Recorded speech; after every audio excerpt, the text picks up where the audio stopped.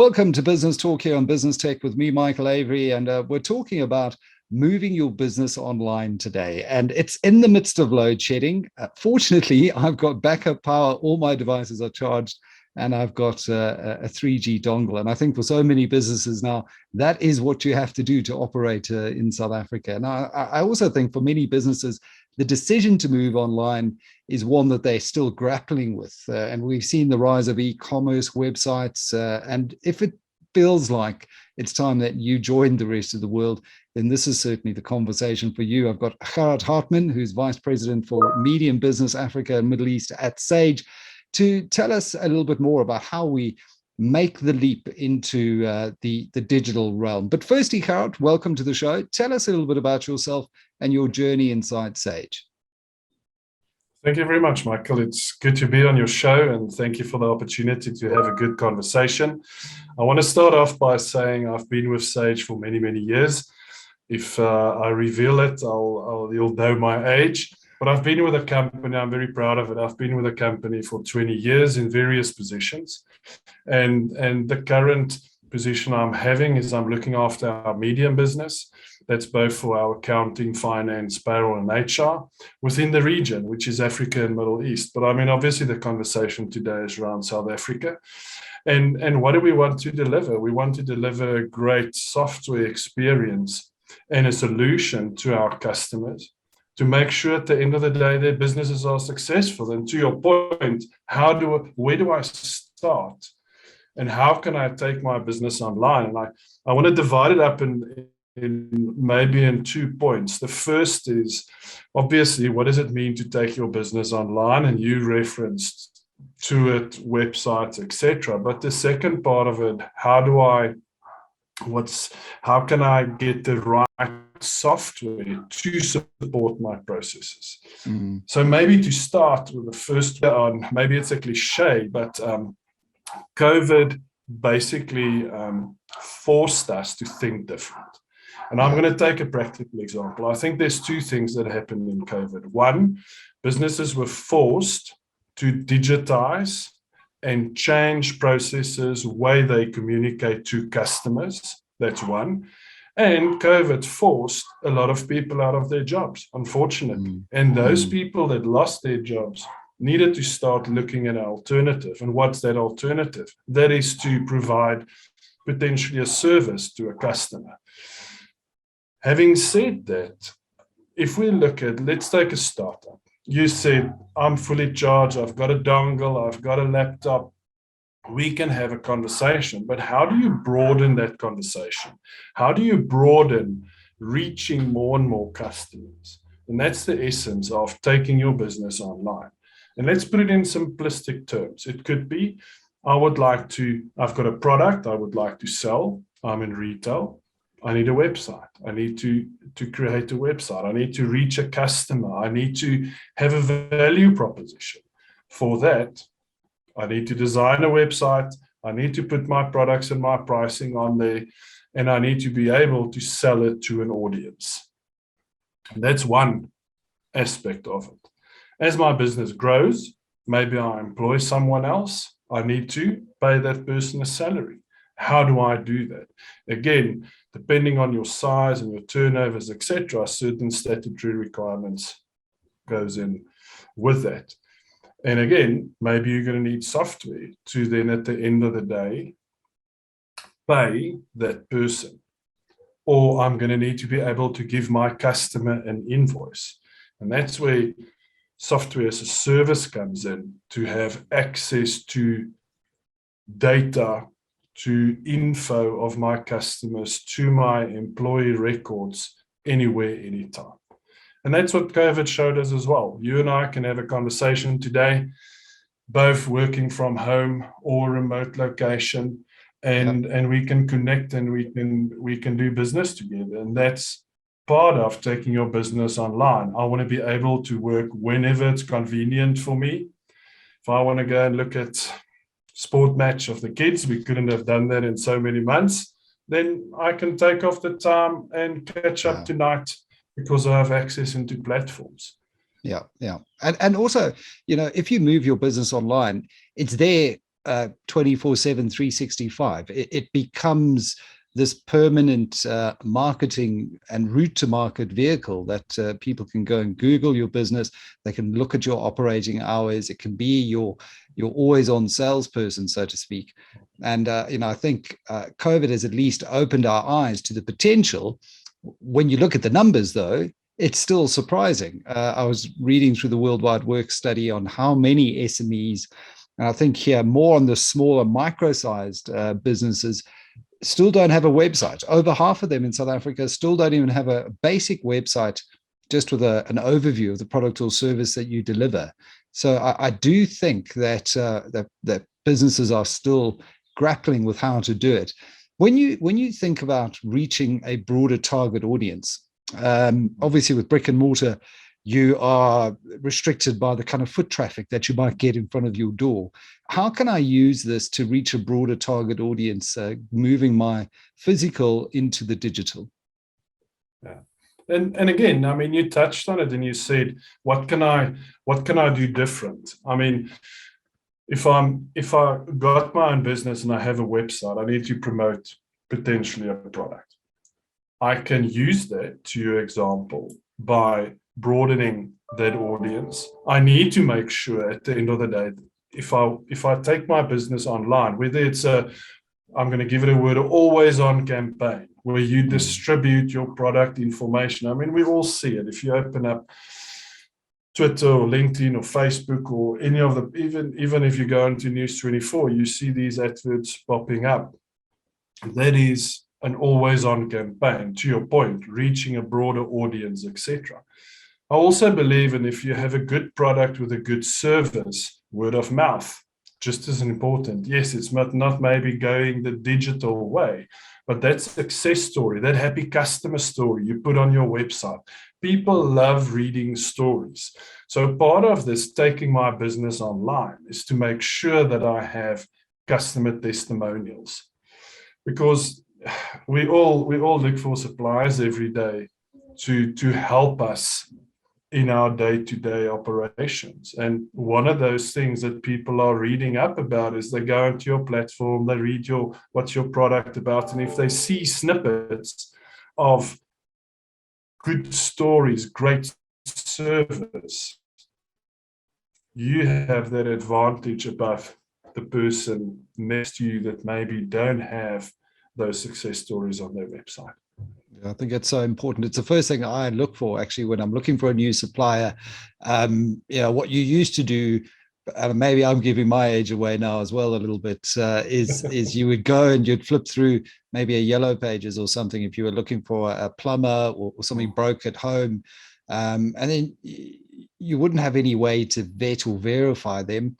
Today, you can get onto a website and you can Google, you can maybe go into Hello Peter, see what people have been saying about the company there, or you can read the reviews on the website as well. So it's a lot more interactive in the way your business can communicate to that almost unlimited market, because let's face it, when you're online, the startup costs are reduced because you're not brick and mortar and you open up to this broader audience. When it comes to scale, though, and I know often it's said in business, don't scale to fail. You sometimes can be quite surprised at how quickly you can grow when you get online. What is important to remember in terms of being responsive to the kind of growth that you could potentially acquire when you get into the online world? As soon as you get out there and you publish yourself and you, like I said, sell that service, you need to be prepared for that. How do I handle the queries? How fast do I respond? And that's part of having a platform or software that can help you to respond quick. Now, that could be customers asking for your quote. So you need to have a solution to quickly quote a customer, effectively have that experience with them. Because again, we all know we on demand. So if you put a request in, you wait 24 hours, are you going to talk to someone else? Probably yes, because today's rapid pace dictates that we want everything on demand. We want to answer now. And part of taking your business online is, how do you communicate with your customers? Is it And a how much phone can you call? Is it an automate that? email? Is it a quick chat? Yeah. And I mean, again, if you can automate it, you can put those processes in place with various software. You can have the emails coming in, load up customer information, generate a quote, send it out. That quote comes in, they say, oh, I like your service, please invoice us. You invoice, they electronically pay you. Payment is allocated in your bank, and you ship the products out. And a good example, I think, and everyone in South Africa will agree, is the retail space. How did it change from last year to this year? I mean, we all make use of Take-A-Lot or retail, clothing stores, etc. Even the food industry. Yeah, 60/60. You quickly go and that's it. I'll never, and it's not to promote 60/60 at all, but that experience I had the first time I used it was just amazing. You put it in, you click, you select your items, and that's what the customer wants, and that's where the competitiveness comes in as well. Is if you're used to a certain provider giving you that turnaround time, you're either going to stick with them because they've got great service, or if maybe they let you down and you need to look for someone else, that is your benchmark you're going to use to make sure you get better.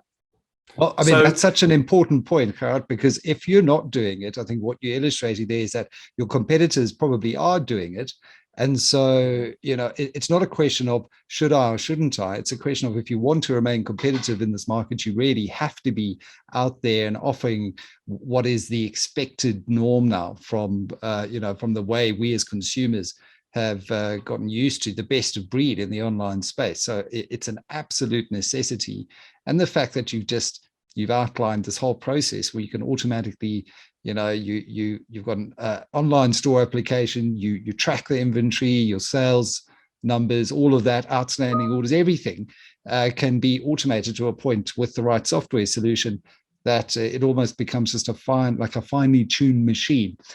We've got the cloud now as well. And, I find it incredible. As a journalist, I was looking for a really good transcription service the other day, and going into Google Cloud and signing up for some of their APIs that they're now making available, and really powerful natural language processing engines behind the scenes, and transcribing recordings of interviews that I had done, in 2 or 3 minutes. It would ordinarily take me half an hour to an hour. Huge time saver, all because of the cloud. How can the cloud increase efficiency for my business? So again, I'm going to bring it back to an example of processes, putting systems in place, etc. With the Sage software that I've spoken about, we can automate those processes. Again, you log on to your software, you see whether it's your accounting system, whether it's your payroll system, making sure at the end of the day that you do have that accessibility. With that becomes ease of use, experience.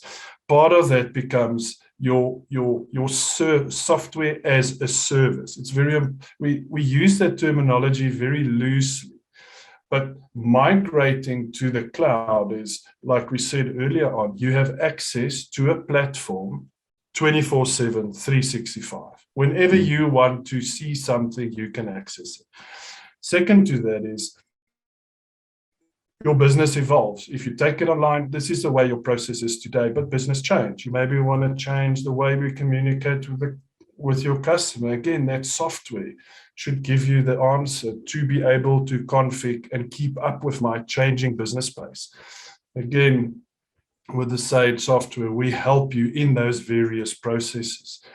But very importantly, as your business grows, how do you manage something better? By having insight into your business, data, reports, etc. That's part very important to someone, especially a small business owner, to make sure I can on the fly make decisions, because I'm the one speaking to the customer, maybe I'm the one paying the staff members, and I'm the one that wants to make sure I get business in.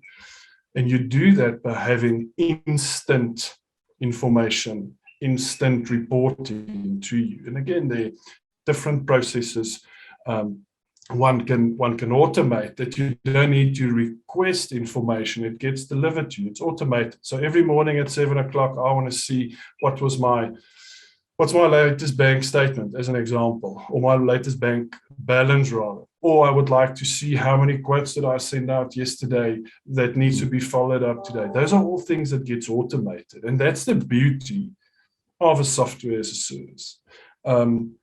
And like I said, that's the benefit. The customers want to evolve their business constantly. Yeah, give you those management accounts that to give you insights into making the right decisions. And what I like about the cloud as well is the flexible solutions that it gives you. Because I think in this environment, as a small business, it's very difficult to plan. There's a lot of uncertainty. Are we going to go into another lockdown as a potential fourth wave approaches? How will that impact your business? But with the cloud, you can scale your IT up or down depending on what you need, depending on the time of year, for example, if it's seasonal or holiday schedules or that kind of thing. So it really does give you a lot of flexibility. What about security? Because I'm sure a lot of people might be afraid of sending all of their kind of mission critical data into the cloud. Yeah. How far has security come? Security is a real concern. We read about security breaches that happens on, I want to call it, international companies and etc. So security is key. I mean, obviously, you need to make sure, and that's again from a provider point of view. That's our responsibility, is to make sure my data are secure. It's protected by all the different legislations we've got in place. We've got that always on service guarantee. Very important that you can access the platforms. And with that, to your point, you mentioned it earlier on, something I want to mention was subscription. How do I pay for the service? Maybe I'm a new company, I don't have that much cash flow. I would preserve cash flow. There's a monthly option where I pay for the service. Or maybe I would like to pay in advance for 12 months because I know it's business critical, and there's an annual option for subscription. But also, to the point, back to security, it's key. It's one of the things that customers want to know more about, because we're taking that responsibility. I think if you're used to having a laptop with software on, etc., that whole security environment moves into part of the governance any service provider need to do. And I mean, in South Africa, we've got various platforms where software or information is hosted in. And security is key. I agree with you 100%. And again, the software, our software. Yeah, I mean, trust is a big thing, I think, for business. And Sage, I mean, you've got millions of customers around the world that are trusting you with their data and the best cloud technology and support. So it really does boil down to choosing the right partners in this space. Yeah, agree. And I mean, I always say to customers that wants to look at solutions, go do your homework, go and read up trusted providers, business partners that's going to execute on your service. Make sure you tick your own boxes. And we as Sage, you can always reach out to us, speak to us. We can help you during this process. And again, we're in a very fortunate position as a company that we see a lot of customers signing up on our software on a monthly basis, whether it's on our, I want to call it Sage Business Cloud Accounting or Sage Business Cloud Payroll. Easy, quick deployable software, easy to use, really adding value to the small business. And as your business grow, we give you that path that we can grow with you. Maybe it gets more complex. You have a lot of customers. You need a customer relationship management software. You want to automate more. Part of the Sage solutions as well is our ecosystem, where if you need an add-on solution, we've got a marketplace of trusted add-on providers. We call them ISVs or marketplace partners, where you can go and pick one of them and it complements the suite that you've already got. So end to end, what do we want to do? We want to give you a solution sustainable as your business grow and change. and also backed up with great products and great services by our channel. Well, I mean, if you are one of those businesses that hasn't yet dipped your toes into the digital world, if you're not going phygital, which is the other buzzword, the physical digital, then now is the time. The partners are there; they've done it for millions of customers around the world. You just need to be asking the right questions before taking your business online. Gerhard Hartman, thank you very much, Vice President for Medium Business Africa and Middle East at Sage, for telling us a little bit more about the kinds of questions we should be asking before dipping our toes into the digital world. Take care.